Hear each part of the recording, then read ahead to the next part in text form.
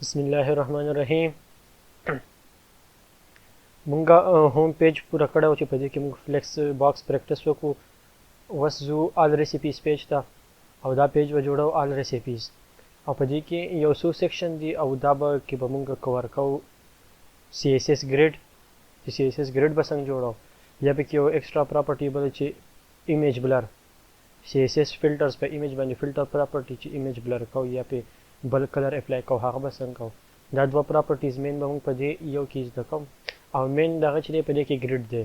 ګریډ یو ایډوانس ټاپک دی د CSS د لیاوټ لپاره، نو هغه به اوس یوز کوو. د ټولو اول به راشم خپل پراجیکټ ته. دا یو نه دی، دا یو دی. دلته کې به زه یو نوی فایل جوړ کړم، بلکې دا انډیکس فایل به زه ریپلیس کړم، دو کاپی پیسټ وکړم، ډوپلیکیټ مې کړ او دې له مې لینک ورکړو آل ریسیپیز.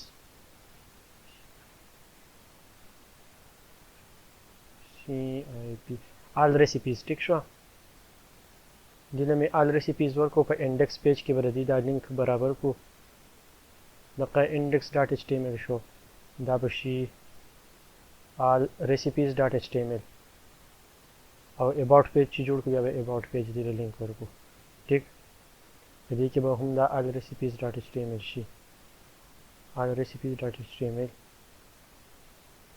بس مین پیج ته راشو، هوم پیج دا دی، آل ریسیپیز پیج هم دغه دی. نو په دې کې به زه ایډیټینګ وکړم، انډیکس پیج به کلوز کړم، دې کې اوس کار ختم شو. آل ریسیپیز پیج مین سیکشن کې دا اولنی چې کوم دی سرچ سیکشن نوم ول ورکړی دی، دا په خپل ځای باندې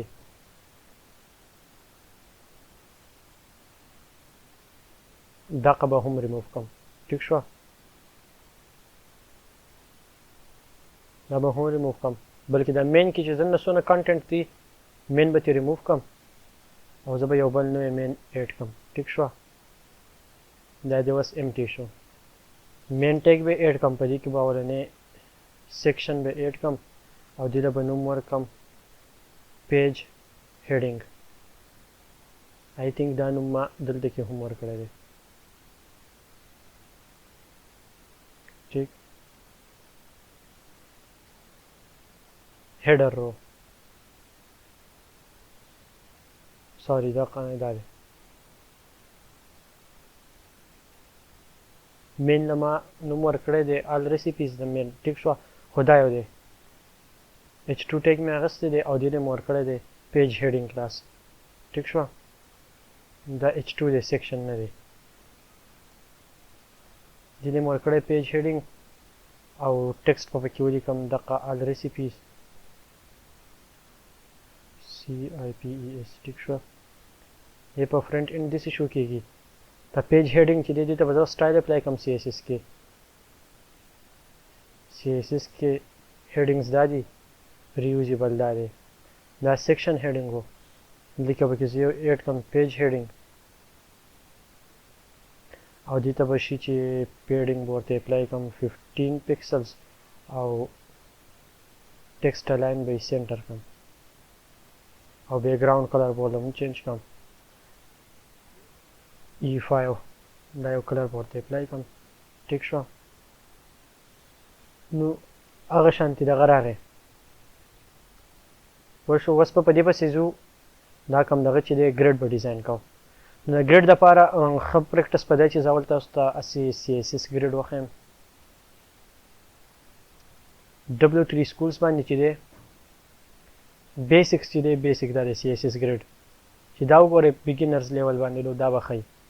بیا که فرض که تاسو CSStricks.com باندې وګورئ نو کمپلیټ ګایډ یې په دې هم پروت دی او یو دا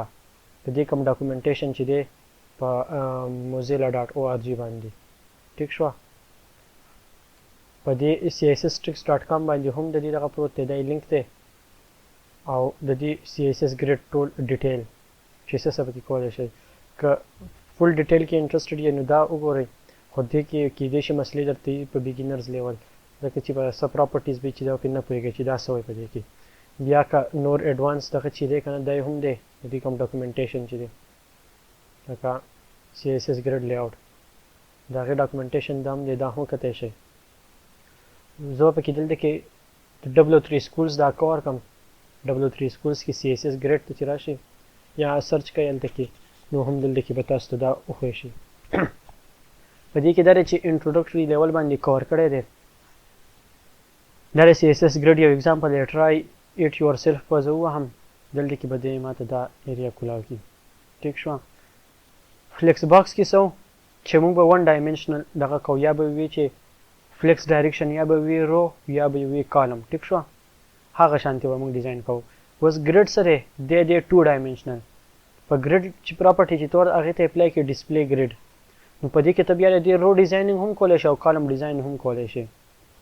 دا یو بیسک اگزامپل دی د دې څونه آیټمز چې موږ په ګریډ کې دننه بنده موږ چې د دې په رو کالم کې د دې ارینجمنټ وشي لکه دلته کې ګوره 1 2 3 4 5 دا 5 کالمز در اغستې دي ډیفرنٹ 5 ډیفرنٹ ډیوز در اغستې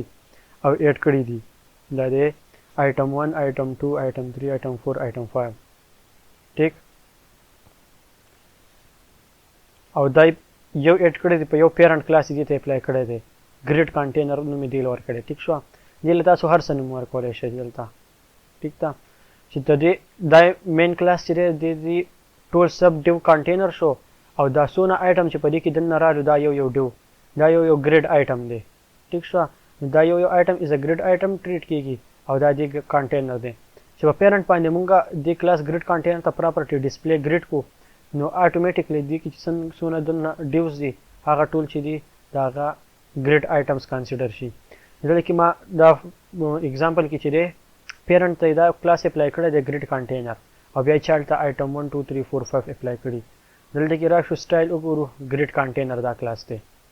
ټیک شو پراپرټي ورته څه اپلای شي د ډسپلی ګریډ چې ته دې ته ډسپلی ګریډ پراپرټي اپلای کړو دونه آیټم چې ټول ګریډ آیټم کنسیډر شي بیا په دې باندې مختلف لیاوټس دا اوس د یو لیاوټ تیار شوی دی چې اول هیډر دی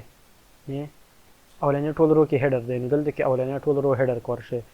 دویم پسې بیا مینیو دا نمونه دلته کې دی آیټم 1 لور کړی چې آیټم 1 هیډر دی آیټم 2 مینیو دا آیټم 3 مین مینیو دا ټیک شو دا د یو دغه ور کړی دا اورال ویو چې دا څنګه کار کوي ټیک شو نور به موږ مخکې زو دا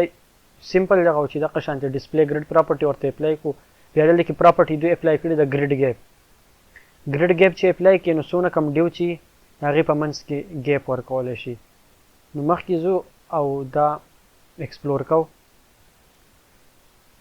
ګریډ لیاوټ د ټولو اولنی لیاوټ سپورټ کوي کم براوزر کرومي سپورټ کوي 57 ورژن چې کم دی ایج کې چې دی هغې کې 16 ورژن فایرفاکس 52 ورژن سفاري 10 ورژن او اوپیرا 44 ورژن دا چې دی ګریډ سپورټ کوي دا ټول بیا دا د ګریډ اگزامپل دی چې ته ګریډ کنټینر کلاس اپلای پیرنٹ ته ولا ګریډ اپلای کې ټیک شو نو چایلډ به په خپل پاره کې دنه ارینج شي د ټول اولنې پراپرټي دلته کې لیکلي ده چې کومه ورته اپلای کو ډسپلی ګریډ چې ډسپلی ګریډ پراپرټي ورته اپلای کې پیرنٹ ته دوه ټایپس ګریډ یو ګریډ یو انلاین ګریډ څنګه چې موږ انلاین بلاک ویلو د قشانتي انلاین ګریډ هم دی مطلب دی په یو لاین کې به ټریټ شو د سره سایت ته بیا بل سیکشن ارینج کولای شي دی به انلاین ګریډ کنسیډر کیږي ګریډ کالمز صحیح ورټیکل چې کوم کالم اقا سیم کانسپټ دی ورټیکلی چې کوم آیټمز یې هغه ته کالم وای او ګریډ رو چې هاریزونټل چې کوم ټریټ کوي دا ګریډ رو دی ټیک شو بیا ګریډ ګیپ پراپرټي چې دا کالم ګیپ او رو ګیپ د دې په منځ کې چې پیډینګ ورکول غواړي یا مارجن بلکې مارجن دا دی ټیک شو دې په منځ کې چې دا لکه امټي سپیس ورکول غواړي نو پیډینګ مارجن ضرورت نشته خدای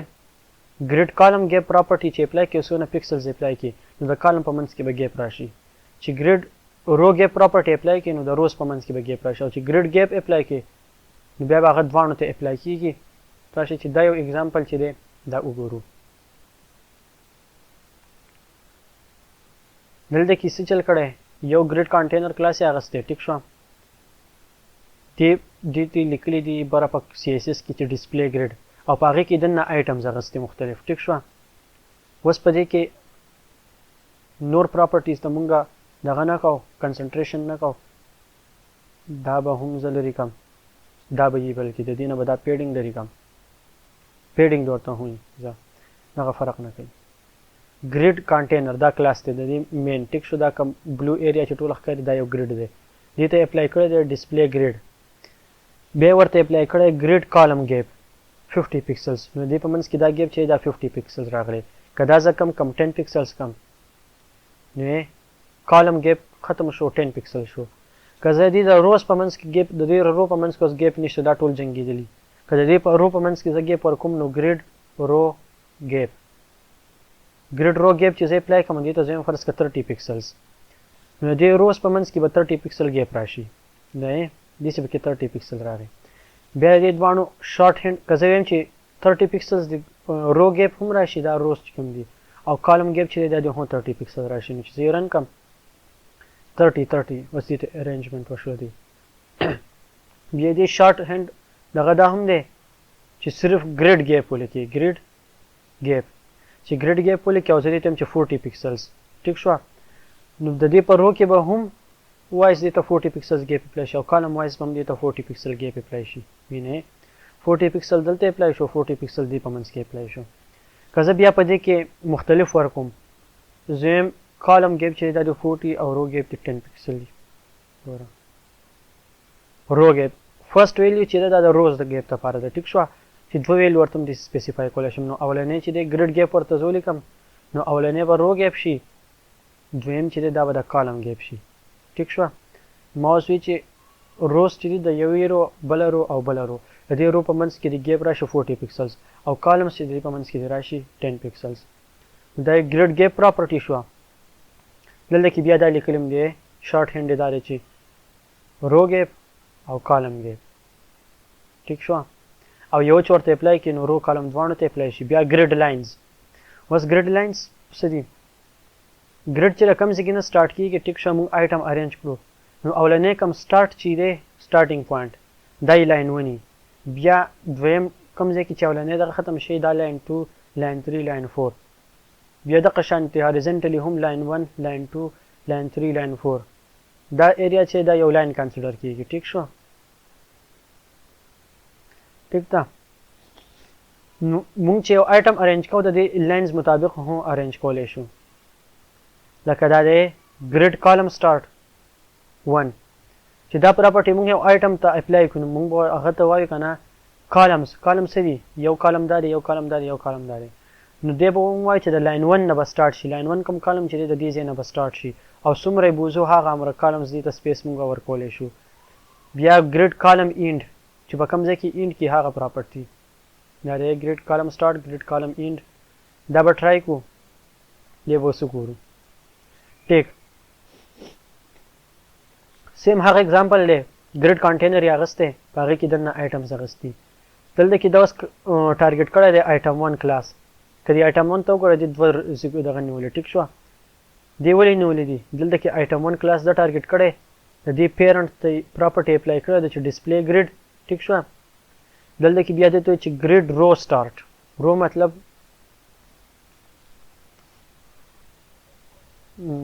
دا رو سټارټ د رو اولنی لاین دا دی ټیک شوه دویم لاین چې دی زه دا فل ډرا کړم فرست لاین دا دی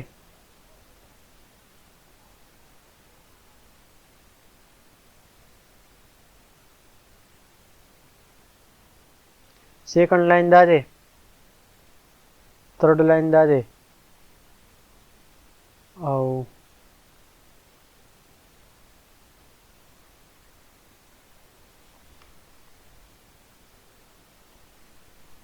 بیا به ډرا کوم چې ټول پکې راشي دا شو فرست لاین دا شو سیکنډ لاین دا شو تھرډ لاین او دا شو فورث لاین ټیک شو دلته کې ورته دی ویلي دي چې رو سټارټ چې دی اولنی د دې ځای نه به سټارټ کېږي ټیک شوه او اینډ کېږي او په تھرډ لو نو دې ځای نه والا دې ځای پورې دونه سپیس ده ونیو اوس زه په دې باندې پراپرټي اپلای کوم کالم وایس ټیک شوه د دې اولنی لاین چې دی دا دی کالم وایس دویم لاین کالم وایس دا دی دریم لاین کالم وایس دا دی څلورم لاین چې دی کالم وایس دا دی ټیک شوه او که زه دې ته دلته کې وهم لیکم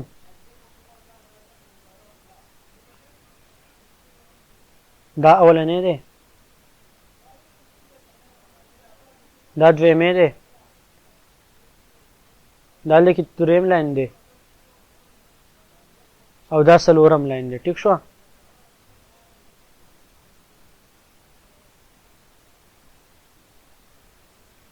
دا لاین چې دا 4th نمبر لاین دی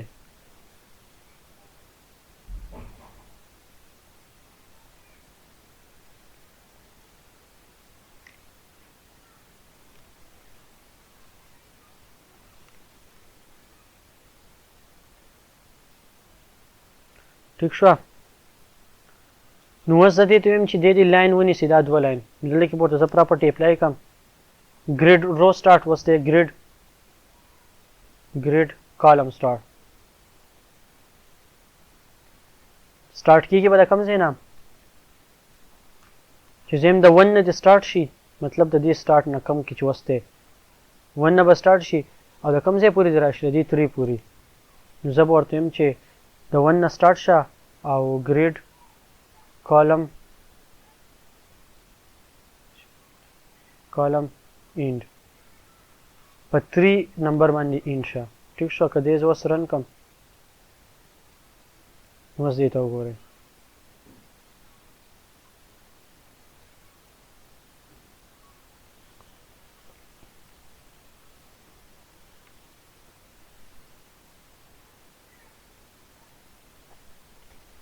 دې ته وګورئ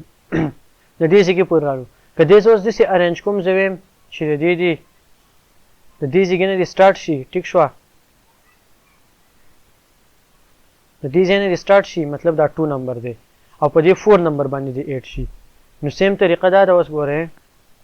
زه به ورته دلته کې ووایم چې سټارټ دې د کوم ځای نه شي د 2 نمبر لاین نه او اینډ دې به کوم ځای کې شي په 4 نمبر لاین که دې زه اوس رن کړم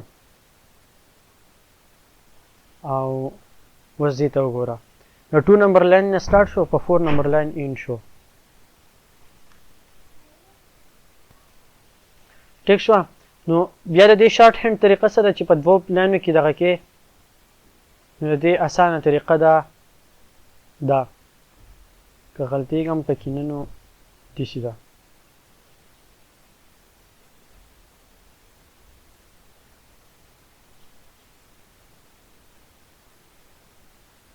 column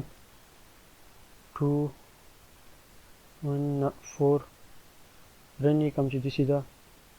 نه دسی نه ده غلط شو صحیح ده دا دلته کې ما دا دغه غلط کړی COLUMN نه اوس ما دلته څه ګریډ کالم د ګریډ اینډ او ګریډ سټارټ اسانه طریقه دا ده چې ګریډ کالم چې په کالم کې دې څنګه ارینج کا د اولنی کالم نه سټارټ شه زه دا کولاو کم که نه لږ بره کم ټیک دغه شان مې ورته ویل چې د 1 نه سټارټ شه او په 4 باندې اینډ شه نو دې چل وکړو ګریډ کالم مې ورته ولیکه ګریډ کالم سټارټ او 1 او ګریډ کالم اینډ 4 د هغې شارټ طریقه ده چې ګریډ کالم او سټارټینګ پوزیشن او اینډینګ پوزیشن دغه شانتې دا ګریډ رو چې دی سټارټ او ګریډ رو اینډ د دې په ځای باندې زه ولیکم ګریډ رو ټیک شو او زم چې د 1 نه سټارټ شه او په 2 باندې په 3 باندې اینډ شه ټیک شو او زه د رن کم 1 نه سټارټ او 3 اینډ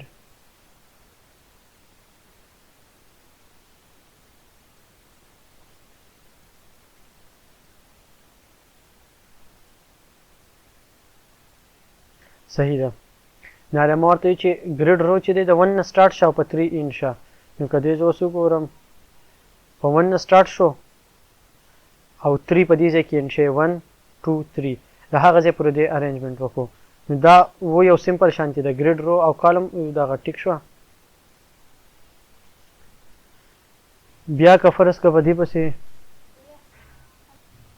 نه به لږ بورینګ غونته کېږي داسې دا پراپرټیز چې هسې داسې ګورو خو نیکسټ پسې ځو او د دې بیا یو څو پراپرټیز نور ګورو ټیک ته